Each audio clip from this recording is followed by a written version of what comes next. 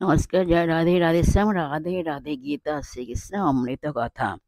জড় ব্রহ্মাণ্ড, এমনকি ব্রহ্মাও জন্ম মৃত্যু জরা ও ব্যাধি চক্র থেকে মুক্ত নন।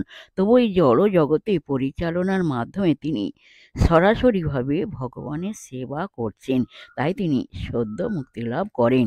উচ্চস্তরের সন্ন্যাসীরা ব্রহ্মার বিশিষ্ট লোক ব্রহ্মলোক প্রাপ্ত হন, যা জড় জগতের সর্বোচ্চ গ্রহ লোক।